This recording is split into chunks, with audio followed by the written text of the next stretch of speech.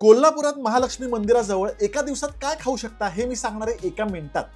तर सकाळी लवकर दर्शनाला गेल्यावर पहिल्यांदा जा मंदिरासमोर आप्पे आणि धपाटे खायला। आप्पे तसे ओके ओके, त्यापेक्षा धपाटे बरेत।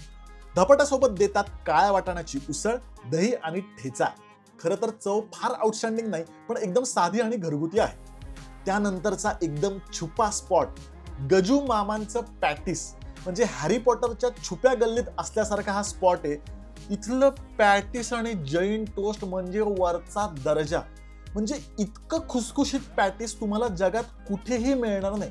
कोल्हापूरमध्ये मी आलो ना, मिसळ एक वेळ सोडीन नाही, मिसळ खाणार नाही, पण हे नक्की खाईन, हे अजिबात सोडणार नाही। त्यानंतर जात चहा मारायला हॉटेल सूर्यकांत मध्ये। तिथे मिळतो बंबातला चहा, म्हणजे फिल्टर कॉफी जशी डिकॉक्शन करून बनवतात तशी बंबातल्या वाफेवर इथे चहा बनवतात। फक्त आधी कमी साखर सांगा, कारण चहा लय गोड देतात। त्यानंतरच्या स्पॉटला जाण्याआधी बाहेरून लिंबू विकत घ्यावा लागतो, कारण तिथे लिंबू देत नाही।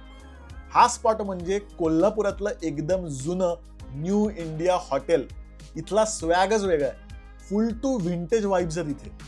इथली प्रसिद्ध आहे पातळ भाजी आणि पाव, रस्सा भाजीत ताजी शेव, आणि इथे वेगळा बटाटे वडा घेऊन त्यात चुरडून टाकायचा आणि त्यात लिंबू पिळून पावासोबत आहा, एक नंबर टेस्ट।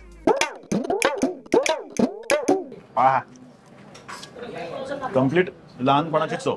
म्हणजे काही चवीच अशा असतात की कम्प्लिटली आठवणीच्या असतात। म्हणजे ज्या जुन्या खानावळी किंवा गावाकडच्या खानावळींमध्ये ज्या पद्धतीने मला वाटतं यात जास्त कोल्हापुरी मसाला नाही, हा फक्त प्रॉपर तिखटाचं, पण you can say kurma without flower आणि मटार।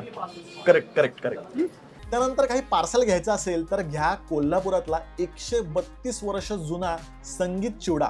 म्हणजे संगीत नाटकातले कलाकार हा चिवडा घ्यायचे म्हणून त्याला तसं नाव पडलं। एकदम ताजा भाजक्या पोह्यांचा चिवडा मिळतो। कसं तेलकट नाही वाटत आहे, मस्त आहे। कांदा जर कापून टाकला असं बारीक, मस्त लागेल चहा बरोबर। एवढं खाल्ल्यानंतर पोट आणि आत्मा थंड करायला जा पैलवान थंडाई हाऊस मध्ये। इथे मिळतं बदामाचं दूध, ज्यात बडीशेप आणि काळी मिरी सुद्धा। एका पैलवानाने चालू केलेलं आहे हे थंडाई हाऊस। मी पण पैलवान होतो, एक 10-15 वर्ष मी तालमीत होतो राहायला। न्यू मथुराला। हे आपलं तालमीत होत्यानंतर मग आपलं काहीतरी नोकरी धंदा पाणी वगैरे म्हणून हे आपलं जे मिळत नव्हतं ते कन्सेप्ट आपण चालू केलेला आहे, आणि ड्रायफ्रूट पासून बनवलं आहे, जेणेकरून शरीराला प्रोटीन सगळं भेटतं येतो। भारी चव आहे रे, नाहीतर खूप गोड करतात थंडाई। नाही, प्रत्येक एलिमेंटची चव त्याला येते। तर भाऊ, एका दिवसात मी एवढंच खाऊ शकलो। अजून बाकी काय मिळतं मंदिराजवळ नक्की कमेंट करा, आणि तुमच्या कोल्हापूरच्या दोस्तासनी हा रील नक्की शेअर करा।